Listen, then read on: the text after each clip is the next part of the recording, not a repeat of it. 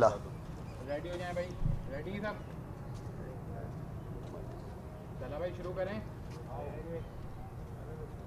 चलिए आप लोग सवाल पूछें। शायद आप लोगों की दिल की धड़कनें तेज करते रहे जब क्रिकेट खेलते थे, तो ये 5 दिनों में इस टीम ने आपकी धड़कनों को कहाँ तक पहुँचाया था? वेल मेरे ख्याल में एक नई अपॉर्चुनिटी क्रिकेट बोर्ड की तरफ से मिली है और आई नो के हर एक अपॉर्चुनिटी की अपनी एक डिमांड होती है।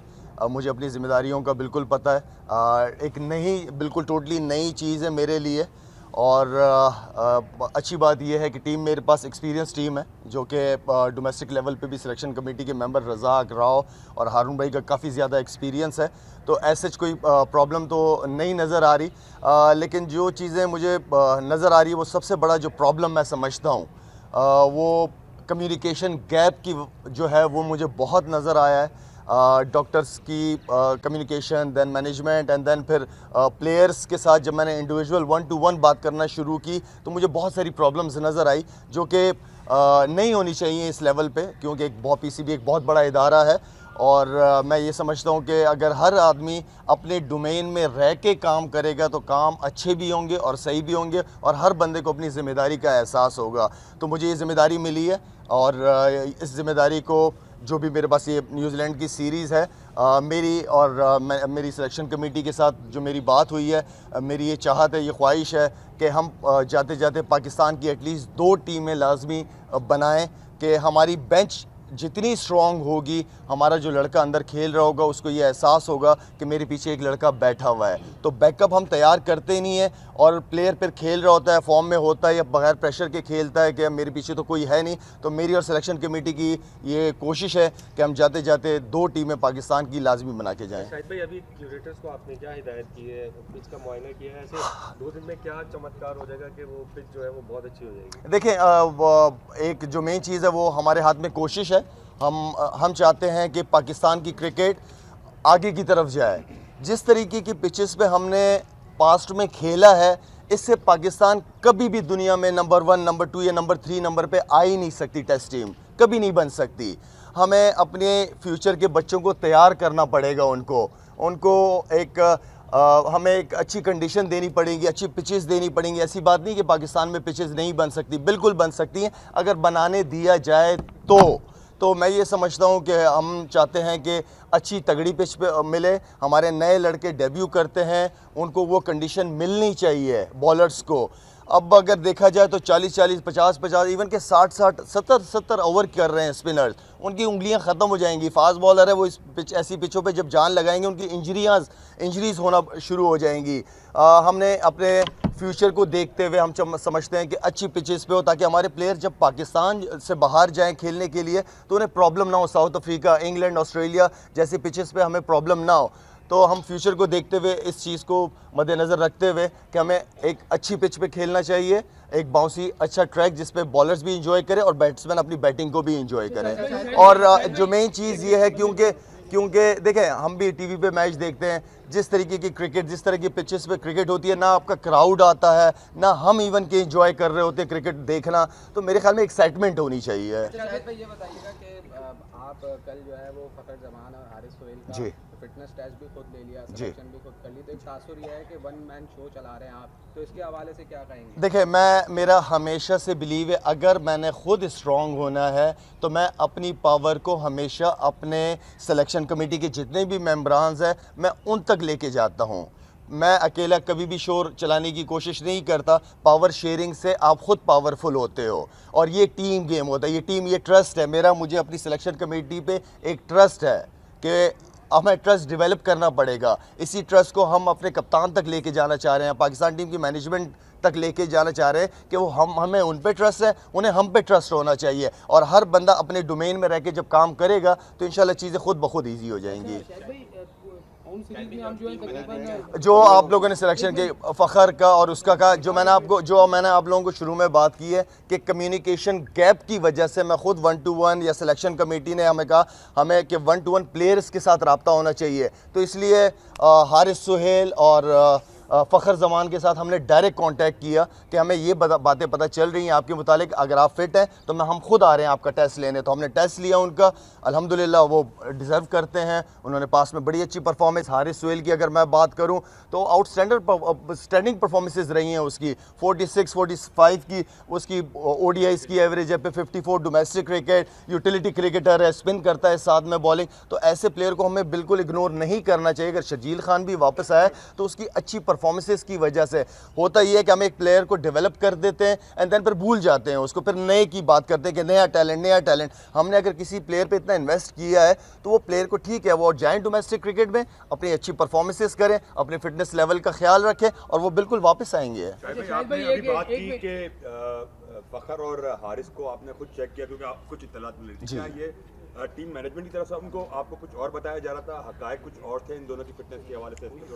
फैज़ान, मैं सिर्फ ये बात करूँगा कि कम्युनिकेशन गैप बहुत ज़्यादा है और अल्हम्दुलिल्लाह क्योंकि हारून भाई की एक्सपीरियंस की वजह से काफ़ी अरसे से हैं तो हमें चीज़ें मैनेज करना ईजी हो रही हैं। असल चीज़ ये है कि सिलेक्शन कमेटी के अगर चेयरमैन कोई भी, मैं हूँ नहीं हूँ, जो भी है, वो एटलीस्ट प्लेयर्स के साथ 1-to-1 खुद कांटेक्ट में रहे ताकि उस तक इंफॉर्मेशन बिल्कुल सही मिले। अच्छा शाहिद भाई ये बताइए कि 7 मैचेस हम होम ग्राउंड में खेले बाबर की कप्तानी में, तो इस तरह के रिजल्ट हमारे पास नहीं आए। क्या आप समझते हैं कि अब बाबर को चेंज करके उसको बैटिंग पर तवज्जो देने की जरूरत है कि वो बैटिंग पर तवज्जो दे, इससे उसकी बैटिंग भी मुतासिर हो? देखिए बाबर आजम आप लोगों की जो टीम का, हमारी टीम का बैकबोन है, माशाल्लाह से टॉप परफॉर्मर है। कल मुझे अच्छा लगा बाबर आजम का डिसीजन जब उसने बैटिंग दी, चैलेंज दिया कि आओ न्यूजीलैंड की टीम को, तो ये मुझे बाबर की वो चैलेंज को अच्छा लगा मुझे उसका। एंड देन देखिए जी, जिस तरह मैं कह रहा हूँ कि बाबर आजम आपकी टीम की बैकबोन है, नो डाउट। हम चाहते हैं एज सिलेक्शन कमेटी कि हम बाबर के शोल्डर बने, साथ में हम बाबर को सपोर्ट करना चाहते हैं ताकि वो उसका जो टेंशन है, कल बाबर को मैं मीडिया टॉक जो हो रही थी मैं सुन रहा था, उसमें उसने बहुत अच्छी बात की है कि हमें नहीं पता कि बाहर क्या हो रहा है, हम अपने क्रिकेट पे फोकस कर रहे हैं। तो बाबर को इसी तरीके से ही क्रिकेट पे ही फोकस करना चाहिए। हम सारी जो सिलेक्शन कमेटी है उसको सपोर्ट करने के लिए, उसको अच्छा कॉम्बिनेशन बनाने के लिए, ताकि वो ग्राउंड में कॉन्फिडेंट फील करे। आप जो टीम बनाने का कह रहे हैं जी, क्या कप्तान भी चेंज होंगे? और दूसरी तरफ कल मोहम्मद आमिर ने NCA में प्रैक्टिस भी की, बड़े खुश नजर आए, तो कोई ग्रीन सिग्नल मिला सिलेक्शन कमेटी की तरफ से? नहीं, ऐसा कुछ नहीं, क्योंकि हमारे लिए ये सीरीज़ बहुत इंपॉर्टेंट है, ये वाली जिम्मेदारी, यहाँ तक का रोल मिला है तो इसी पे हम फोकस किए हुए हैं।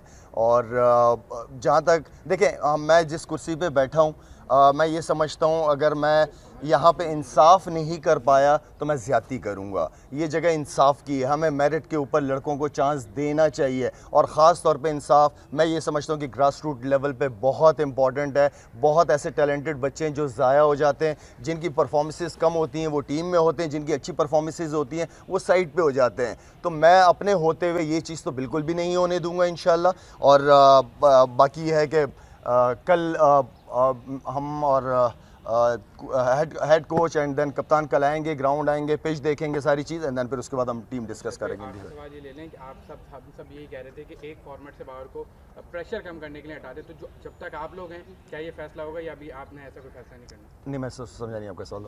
आप और हम सब ये बात कर रहे थे कि एक फॉर्मेट से बाबर को प्रेशर कम करने के लिए कैप्टनसी से हटा दें, तो जब तक ये पूरी सिलेक्शन कमेटी, क्या आप लोग ऐसा कोई फैसला करेंगे? देखिए, कप्तान हटाना नहीं हटाना ये मेरे सिलेक्शन कमेटी के हाथ में नहीं है, चेयरमैन के डिसीजंस होते हैं और चेयरमैन ये डिसीजन लेंगे, लेकिन मेरा नहीं ख्याल कि ऐसे कोई प्लान नज़र आ रहा है। अच्छा शाहिद भाई, अगर आपको परमानेंट ऑफर हो सिलेक्शन कमेटी के लिए तो आप कबूल करेंगे? उसको अभी मजबूरी है? देखिए, मुझे ये थोड़ी देर की जिम्मेदारी मिली, इसको मैं करना चाह रहा हूँ। मेरा अपना क्योंकि फाउंडेशन चला रहा हूँ, बहुत ज़्यादा टाइम वहाँ पे चाहिए होता है, इसको कंटिन्यू करना मेरे लिए थोड़ा सा मुश्किल हो जाएगा।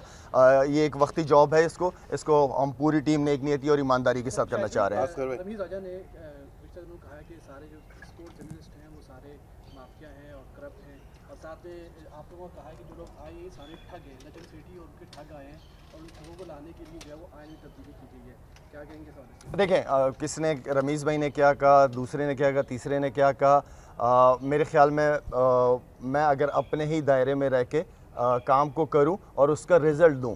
अल्हम्दुलिल्लाह अल्लाह ने मुझे इतना बड़ा दिल दिया हुआ है, अगर मैं कोई गलती करता हूं तो उसकी मानने की हिम्मत है मेरे अंदर, इतनी ताकत है कि मैं फ़रिश्ता तो हूँ नहीं, इंसान हूँ, गलतियाँ हर एक से होती हैं, तो वो गलती की ताकत, उसको कबूल करने की ताकत मेरे अंदर है। शायद आखिरी सवाल ये कि जो अब मैं ब्लेम गेम नहीं खेलता, मेरी आदत नहीं है किसी पे इल्ज़ामात लगाने की। 11 जो बनेगी टेस्ट मैच की, इन्हीं प्रोबेबल्स से बनेगी या कुछ बाहर से प्लेयर आएगा?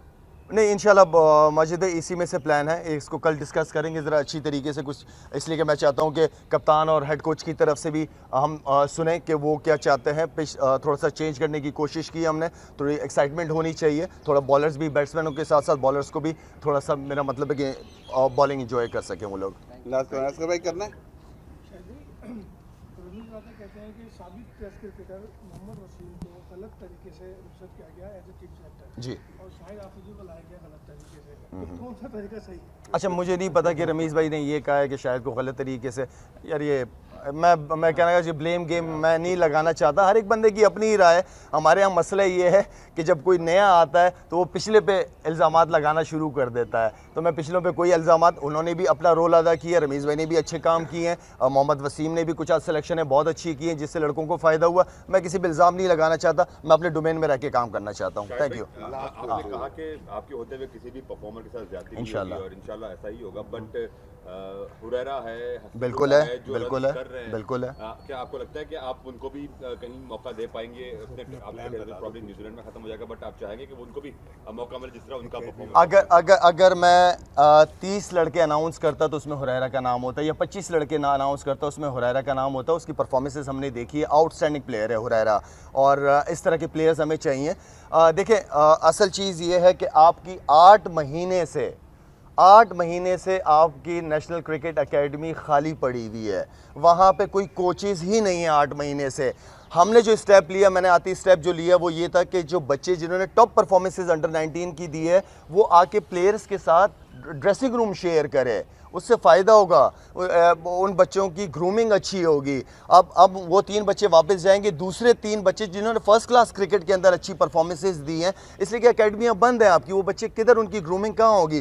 तो ये जो रोल मॉडल्स के साथ ड्रेसिंग रूम वो शेयर करेंगे, उन्हें बहुत कुछ सीखने का मौका मिलेगा। हम इंशाल्लाह जो under 19 and then first class जो क्रिकेटर जिन्होंने अच्छी परफॉर्मेंस, सिर्फ 1 साल की नहीं 2-3 साल से जो कंटिन्यू परफॉर्मेंसेस दे रहे हैं, उनका अलग से क्रिकेट एकेडमी के अंदर कैंप लगेगा, उनका ख्याल रखा जाएगा, उनकी ग्रूमिंग वो होगी वहाँ पे, जो कि सबसे इंपॉर्टेंट है। क्रिकेट एकेडमियाँ बनती इसलिए कि वो बिजी रहें, वहाँ बच्चों का ख्याल रखा जाए, कोचेज़ हों, अच्छे सीनियर कोचेज़ हों, ताकि उनकी अच्छी कोचिंग हो सके। शायद भाई कोई सरप्राइज मजीद देख सकते हैं ओडीआई स्क्वाड में, जैसे हमने पिछले दिनों देखे, मजीद कुछ इन्फ्लुएंस प्रोबेबल? बिल्कुल हो सकती है, क्यों नहीं हो सकती। जो लड़का अच्छा परफॉर्म कर रहा है इंशाल्लाह उनको उन सारे प्लेयरों को इंशाल्लाह हमारी कोशिश है कि चांस। हाई परफॉर्मेंस सेंटर की बात की, तो हाई परफॉर्मेंस सेंटर के जो डायरेक्टर नदीम खान, मतलब वो क्या कर रहे थे? आपने कुछ एहसास होगा, कुछ उनसे सवाल? अबे यार, इतने जालिम आदमी हो तुम यार। Thank you so much, thank you.